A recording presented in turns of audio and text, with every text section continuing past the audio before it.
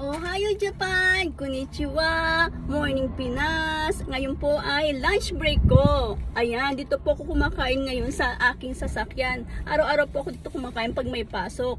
At kasi po, mayroon pong kantin doon sa pinapasukan kong trabaho. Kaso nga lang po, mas gusto ko po dito sa sasakyan kasi mas comfortable at nakakakilos ka at nakakapag-content. O, di po ba? Ayan, kain na po tayo. Ito nga po pala aking ulam ngayong tanghali ang scrambled egg with kamatis po yan, tsaka sibuyas. At syempre, ang kanin.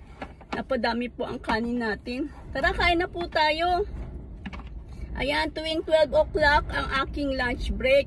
Tapos naglalakad pa po ako dito papunta sa parking ng sasakyan ko. Mga 5 minutes pa. Ayan, halos araw-araw po. Ayan, kain po tayo. Siya nga po pala, tiga Japan po ako dito sa Shizuoka. Matagal na rin po ako dito sa Japan. May isa po kong anak at may isa rin po akong apo. Ayan. O di po ba, kain na po tayo. Halos pag may trabaho po, dito talaga kumakain at nagdadala ako ng baon or obento po, ang tawag dito sa Japan. Minsan, pag di po ako nakapagluto, nagbabaon na lang po ako ng mga dun sa kanin, tapos bibili ako sa convenience store ng mga ulam or pamid chicken or fried chicken. Minsan po onigiri. Buhay Japan, kailangan po natin magtipid. Kaya pag maaga magigising, magluluto ng ulam, kahit na po scrambled egg or sardinas ng Japan, para po makatipid, di po ba? Sa dami po binabayaran dito sa Japan.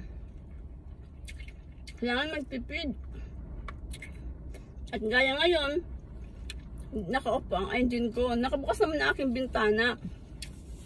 Para hindi po sayang ang gas. Nakatipid man lang. At saka malakas naman po hangin ngayon kaya presko.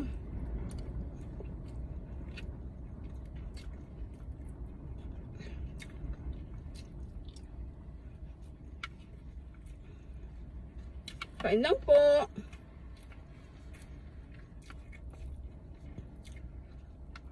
Pag lunch break po, 45 minutes lang aking break time. Ang oras po, pag 10 o'clock, 5 minutes lang. Pag 3 o'clock, 10 minutes. Kaya kailangan kumain na po ako agad para matapos na at makabalik na po sa trabaho, maka-ready na rin po.